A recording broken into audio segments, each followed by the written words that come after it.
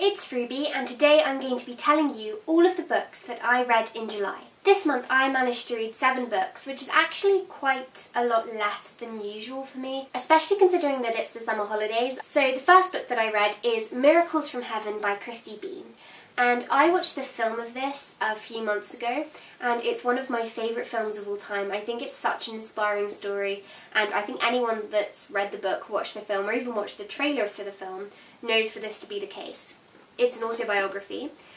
Christy Bean's daughter Anna was diagnosed with a digestive terminal illness. However, after falling from a tree, Anna was healed, and it's very accessible, it's not very difficult. The second book that I read is Night by Elie Wiesel. This is another autobiography. Wiesel was an inmate at Auschwitz, and it's him recounting his experiences. It's completely and utterly harrowing, but I think it's the kind of thing that we all have to make ourselves read, because these people had to suffer through it, and the very least that we can do is hear their stories and then try and spread the word. It's distressing, but it's beautiful. The next book is Tender as the Night by F. Scott Fitzgerald.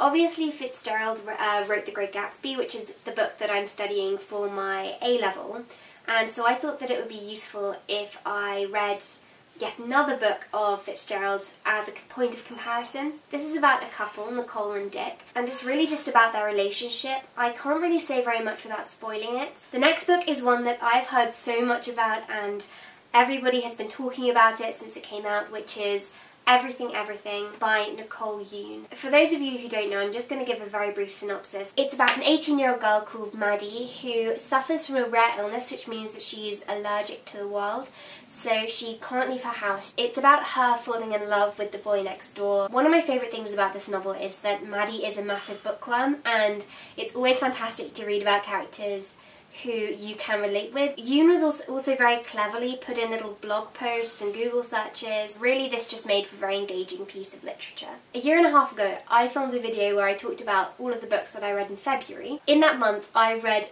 many books from the Clique series by Lucy Harrison. When I was in year 7, I was infatuated with this book series. I don't know why I even liked it so much, but since then, occasionally I decide to pick up these novels.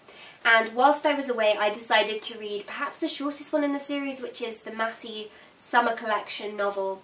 And really, this is just for nostalgic purposes. I don't really gain anything from the literature. Sometimes I read books to help myself in a recollection of the time in which I read it, if that makes sense. The next book is A Long, Long Way by Sebastian Barry, which is actually one of the books that I was asked to read for my English summer reading. This is about the First World War. I read a few books set in the First World War, and this is actually the best one in my opinion when it comes to rehumanisation, because a lot of the novels that I've read seem to generalise soldiers, at least in the way that I read them. However, the reader really gets to know Willie Dunn. One of my favourite things about this book is actually the reference to mothers, which appears throughout. It's almost a motif, and it talks about how the raising of these children by the mothers was almost a waste. Barry highlights just how much care each mother put into raising her child, who was then slaughtered out at war. The very last book that I read is Light by J. Asher. Asher also wrote 13 Reasons Why, a novel which, contrary to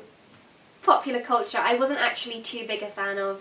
I think it's the writing style, but I can't even tell you what it is about the writing style that I dislike. I thought I'd give one of his other novels a go. It is a conventional teenage love story. The main issue for me is that it was quite shallow in the sense that not very much happened. The trials that the protagonist faced weren't that great. However, her love interest did have some pretty severe problems, but I feel that as though they weren't adequately expressed. So thank you so much for watching. I hope that you enjoyed, and I hope that you are able to use this video to add some more books to your own reading list. Remember that I do have a Goodreads account, and you can find this if you just search Ruby Granger on the homepage. So thank you again, and have a productive week.